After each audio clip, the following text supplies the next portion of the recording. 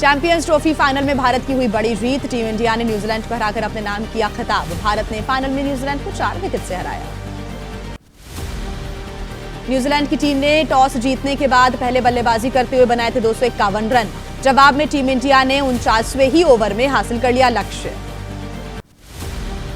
भारत की तरफ से रोहित शर्मा ने शानदार बल्लेबाजी की। रोहित ने खेली 76 रनों की पारी। उनकी पारी में 3 छक्के और 7 चौके शामिल।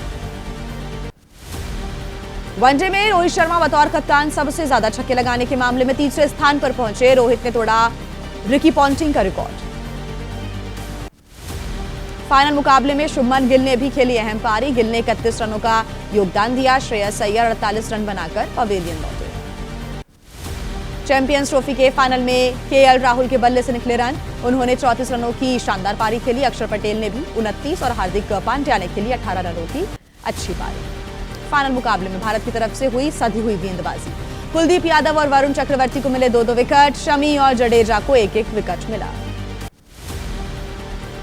कुलदीप यादव ने फाइनल मुकाबले में न्यूजीलैंड को दिए 2 बड़े झटके। सबसे पहले सचिन रविंद्र को भेजा पवेलियन, फिर केन विलियमसन को अपनी स्पिन का बनाया शिकार।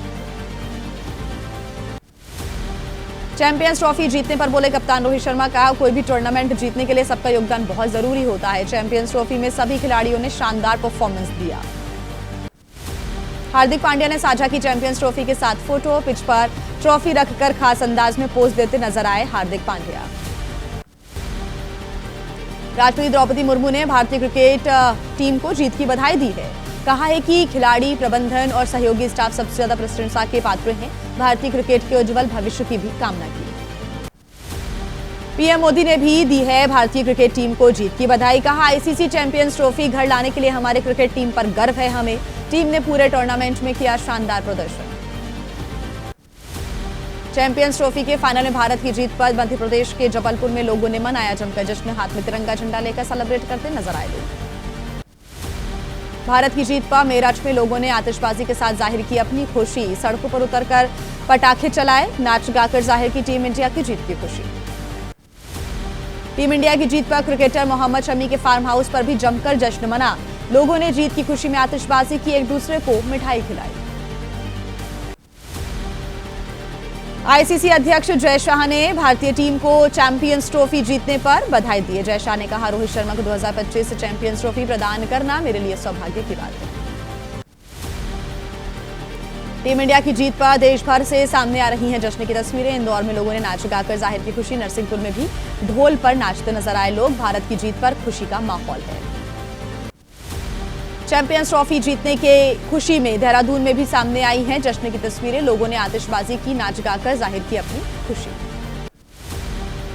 आईसीसी चैंपियंस ट्रॉफी जीतने की खुशी में हरिद्वार में क्रिकेट फैंस ने भी मनाया जश्न। भारत की जीत की खुशी में नाचते नजर आए लोग। चैंपियंस ट्रॉफी का फाइनल मैच जीतने की खुशी में पटना में जमकर जश्न मना। सड़कों पर उतरे फैंस, नाच गाकर जाहिर की खुशी। टीम इंडिया की जीत से फैंस में काफी उत्साह। चैंपियंस ट्रॉफी भारत आने पर वाराणसी में मनाया गया जश्न। भारत की जीत पर क्रिकेट फैंस ने जमकर जश्न मनाया। गीतों पर नाचते हुए नजर आए लोग।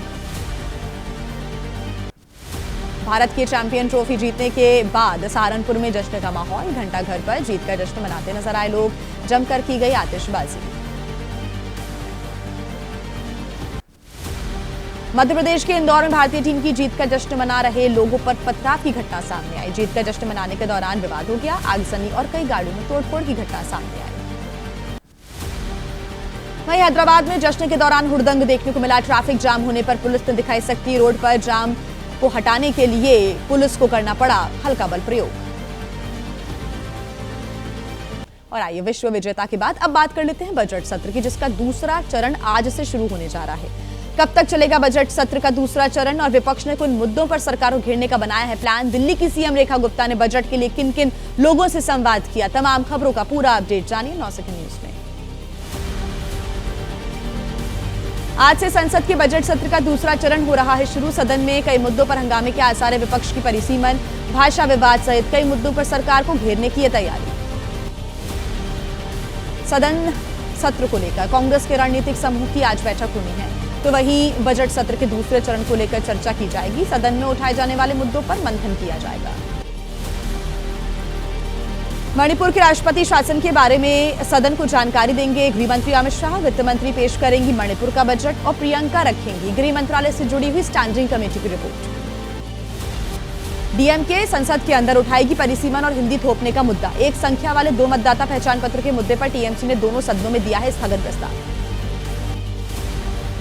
आरजेडी नेता मनोज झा ने परिसीमन को बताया बहुत ही संवेदनशील मुद्दा। कहा है कि बयान देते वक्त सत्ता पक्ष और विपक्ष के नेताओं को बरतनी चाहिए थोड़ी सावधानी।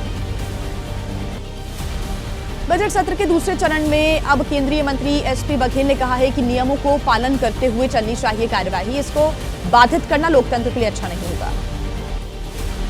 संसद की कार्यवाही पर टीएमसी सांसद कल्याण बनर्जी का बयान। जैसे सदन को चलाया जाता है वैसे ही चलेगा। विपक्ष के साथ सहयोग नहीं करेगा सत्ता पक्ष तो कुछ भी संभव नहीं। संसद सत्र को लेकर बीजेपी सांसद अनुराग ठाकुर ने कहा बहुत सारे विषयों पर चर्चा हुई है। चाहेंगे कि सदन की कार्यवाही अच्छे से चले जिससे सबको भाग लेने का मौका मिले। बजट सत्र के दूसरे चरण को लेकर टीएमसी सांसद सौगत रॉय ने कहा नकली मतदाता सूची के मुद्दे पर होगी बहस। वक्फ संशोधन बिल पर भी जेपीसी की रिपोर्ट पर करनी है चर्चा। कांग्रेस सांसद कार्ति चिदंबरम ने कहा सदन में उठाना चाहते हैं मंत्रालयों से जुड़े हुए कामकाज के कई मुद्दे। वित्त विधेयक पर भी करेंगे चर्चा। महिला आरक्षण को लेकर कांग्रेस का प्रदर्शन। महिला कांग्रेस के कार्यकर्ता संसद का करेंगी घेराव। जंतर मंतर पर प्रदर्शन भी करेंगे कांग्रेस के खिलाफ। आज से शुरू हो रहा है मध्य प्रदेश विधानसभा का बजट सत्र। राज्यपाल के अभिभाषण से सत्र की शुरुआत होगी। किसानों के मुद्दे पर कांग्रेस करेगी प्रदर्शन। बजट को लेकर बोले मध्य प्रदेश के मुख्यमंत्री डॉक्टर मोहन यादव। भविष्य के विकास के लिए मील का पत्थर साबित होगा ये बजट। सभी सरकारी विभागों ने लोगों की इच्छाओं के मुताबिक ही काम किया। आज से हिमाचल प्रदेश विधानसभा का बजट सत्र शुरू हो रहा है। सीएम सुखविंदर सिंह सुक्खू 17 मार्च को पेश करेंगे तीसरा बजट। 28 मार्च तक चलेगा विधानसभा का बजट सत्र। शिमला में विधानसभा के बजट सत्र से पहले सर्वदलीय बैठक। नेता प्रतिपक्ष जयराम ठाकुर ने कहा केवल 16 दिन रखा गया है सत्र जो कि चर्चा के लिए काफी नहीं है। दिल्ली के बजट को लेकर सीएम रेखा गुप्ता पहुंची झुग्गी के लोगों के बीच। उनसे संवाद किया, लोगों की समस्याएं सुनी और जल्द ही निदान का भरोसा भी दिया है। राज ठाकरे ने कुंभ को लेकर ऐसा कौन सा बयान दे दिया जिसको लेकर सियासत में उबाल है। बिहार चुनाव को लेकर तेजस्वी ने सरकार के घेरने का कौन सा दांव खेला है और बिहार के बांका में बागेश्वर बाबा ने हिंदुओं के लिए आखिर क्या संदेश दे दिया। तमाम बड़ी खबरें आपको दिखा देते हैं। पूरा अपडेट 9 सेकंड में। महाकुंभ और गंगा के प्रदूषित होने पर बोले एमएनएस प्रमुख राज ठाकरे। कहा कि ऐसे गंदे पानी को मैं हाथ भी नहीं लगाऊंगा जहां पर करोड़ों लोगों ने किया है स्नान। एमएनएस प्रमुख के बयान पर शिवसेना शिंदे गुट के नेता संजय निरुपम ने पूछा कि क्या राज ठाकरे पूरी तरह से सनातन विरोधी हो गए हैं। उनका बयान गंगा मैया का अपमान है। वहीं कुंभ स्नान को लेकर उद्धव ठाकरे का संघ प्रमुख मोहन भागवत पर तंज। कहा लोगों ने कुंभ नहीं जाने वालों को बताया गद्दार। मैंने कहा था कि जहां भागवत लगाएंगे डुबकी वहीं मैं लगाऊंगा। अमेरिका के कैलिफोर्निया में हिंदू मंदिर पर हमले का मामला। शंकराचार्य स्वामी अभिमुक्तेश्वर आनंद सरस्वती ने कहा शांति और सह अस्तित्व का उपदेश दिए जाने वाली जगह पर हमला गलत है। उद्धव ठाकरे ने बीजेपी के हिंदुत्व को बताया फर्जी। कहा बीजेपी को हम भगवा हाथ में लेकर करना चाहते हैं खत्म। जैसे हिटलर पुतिन को मिलते हैं 98% वोट वैसे ही बीजेपी को मिलते हैं। शिवसेना शिंदे गुट पर उद्धव ठाकरे का तीखा प्रहार। कहा उन्होंने मेरे पिता को चुराया क्योंकि उनके कोई पिता नहीं है। बीएमसी चुनाव में एकजुट रहे सभी शिवसैनिक। अमेरिका में हिंदू मंदिर में हुई तोड़फोड़ पर स्वामी चक्रपाणी महाराज ने कहा कहीं ना कहीं नफरत फैलाने वालों को मिल रहा है स्थानीय सरकार का संरक्षण।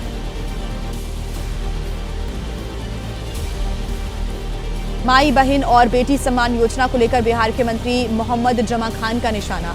तेज प्रताप के बहाने तेजस्वी पर निशाना साधा और कहा कि ये लोग नहीं करते हैं महिलाओं का सम्मान। जातिगत जनगणना और आरक्षण को लेकर तेजस्वी पर निशाना साधा गया। बिहार बीजेपी अध्यक्ष दिलीप जायसवाल बोलते हुए नजर आए कि लालू ने नहीं नीतीश कुमार ने करवाई है जाति जनगणना और आरक्षण की बात कही है। आरक्षण के मुद्दे पर गिरिराज सिंह ने तेजस्वी यादव पर निशाना साधा। कहा, उन्होंने केवल अपने परिवार को ही आरक्षण दिया है, उन्होंने इस मुद्दे पर कुछ कहने का नैतिक अधिकार खो दिया है। आरक्षण के मुद्दे पर बीजेपी सांसद रविशंकर प्रसाद ने भी साधा निशाना। कहा कि पहले वे अपने परिवार में ही खत्म कर दें आरक्षण। पूछा कि क्या लालू परिवार के बाहर से कभी कोई सीएम बन सकता है। बिहार के विद्यालय अध्यापक प्रतियोगिता परीक्षा का तीसरा चरण। तेजस्वी यादव ने पटना में प्रदर्शन कर रहे अभ्यर्थियों से मुलाकात की। छात्र लगा रहे हैं नतीजों में गड़बड़ी के आरोप।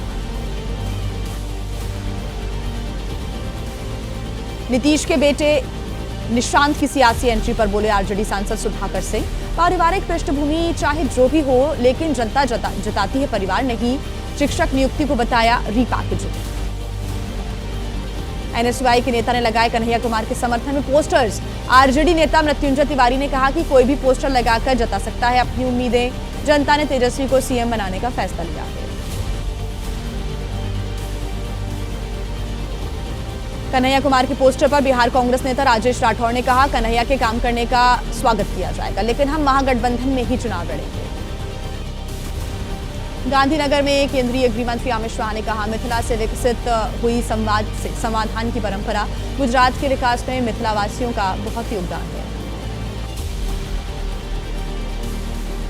यूपी सरकार के मंत्री संजय निषाद का बयान। निषादों ने मुगलों और अंग्रेजों से लड़ाई लड़ी, लेकिन उन्हें नहीं मिला आरक्षण, इसलिए सरकार से कर रहे हैं आरक्षण की मांग।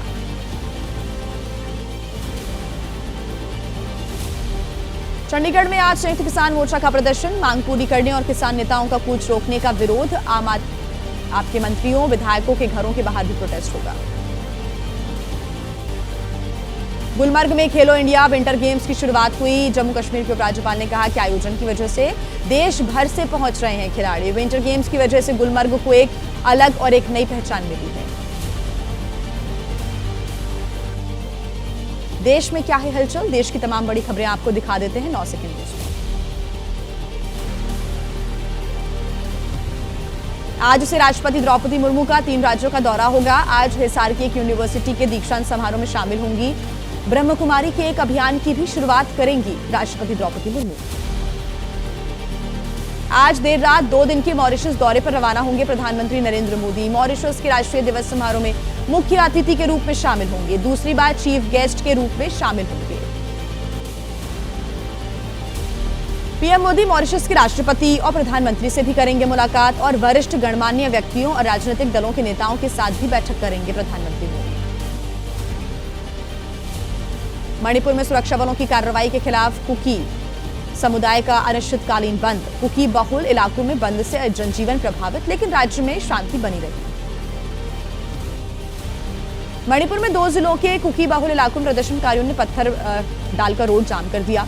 सड़कों पर टायर जलाए गए। रोड क्लियर करवाते हुए नजर आ रहे वहां पर सुरक्षा बल। मणिपुर में हिंसा की वजह से करीब 2 साल से खराब हैं हालात। विरोध में सड़कों पर उतरी महिलाएं। इम्फाल में राष्ट्रीय राजमार्ग पर विरोध प्रदर्शन किया गया।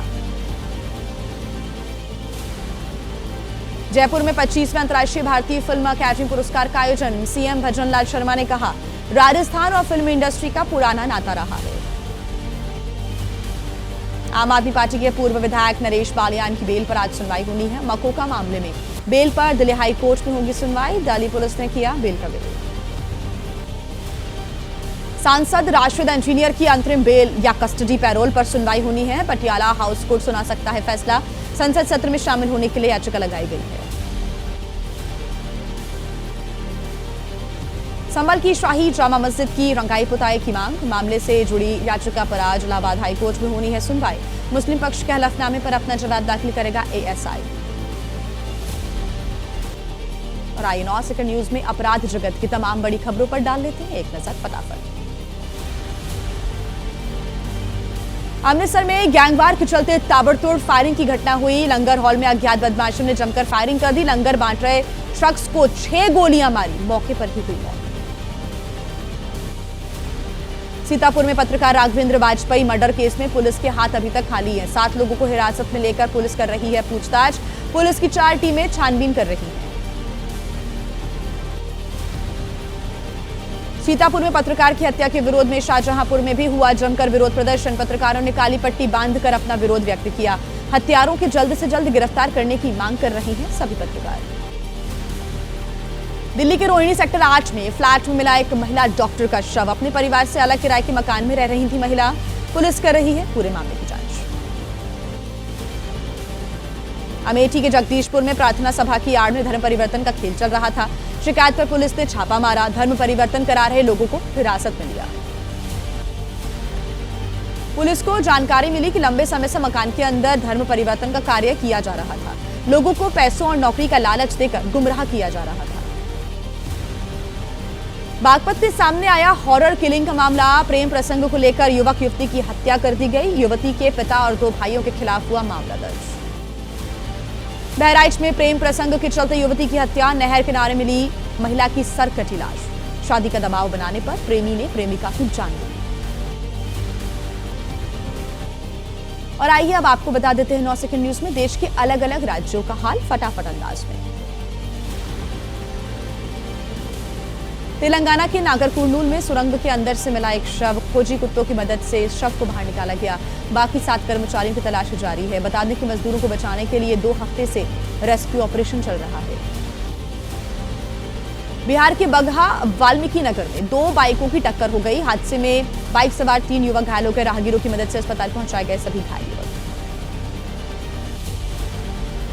राजस्थान के भीलवाड़ा में लव जिहाद का मामला सामने आया है। ये मामला गर्माता जा रहा है। सकल समाज के बैनर तले आज बंद का आह्वान किया गया। गैंगरेप और ब्लैकमेल की घटना को लेकर लोगों में है काफी गुस्सा। मध्य प्रदेश के बालाघाट में शराब की दुकान का विरोध। छात्रों ने रोड पर जाम लगाकर जमकर हंगामा किया। जाम की वजह से कई घंटों तक आवाजाही बाधित रही। मुंबई के गोरेगांव ईस्ट इलाके में एक लकड़ी के गोदाम में भीषण आग लग गई। मौके पर पहुंची फायर ब्रिगेड की 8 गाड़ियों की मदद से आग पर काबू पाया गया। गोदाम में रखे लाखों की कीमत की लकड़ियां जलकर राख हो गई। पश्चिम बंगाल के अकरा रेलवे स्टेशन पर हादसा हुआ। प्लेटफॉर्म पर चाय की दुकानों में आग लग गई। 7 से 8 दुकानें जलकर हुई राख। जौनपुर में कबाड़ के गोदाम में भीषण आग लग गई। नगर कोतवाली क्षेत्र के तारापुर का यह मामला बताया जा रहा है। पुलिस ने स्थानीय लोगों की मदद से आग पर काबू पा लिया है, लेकिन लाखों के नुकसान की आशंका। केदारनाथ यात्रा पड़ाव सोनप्रयाग में होटल में लगी भीषण आग। लाखों रुपए का सामान जलकर राख हो गया। शॉर्ट सर्किट की वजह से आग लगने की आशंका व्यक्त की जा रही है। उत्तराखंड के रुड़की में खाद्य सुरक्षा विभाग की टीम ने छापा मारा है। बड़ी मात्रा में पकड़ा गया है नकली पनीर। जांच के लिए सैंपल्स भेजे गए हैं लैब। उत्तराखंड के चमोली जिले में ग्रामीणों ने गर्भवती को डंडीकंडी से पहुंचाया अस्पताल। सीमांत इलाके में सड़क नहीं होने से काफी परेशानी होती है लोगों को। मंजूरी मिलने के बावजूद यहां पर सड़क नहीं बन पाई। नंदगांव की तस्वीर आई सामने, जहां पर नजर आ रही है लठमार होली की धूम। हुरियारों पर छाई होली की खुमारी। बरसाना के बाद अब नंदगांव में छाई हुई है होली की खुमारी।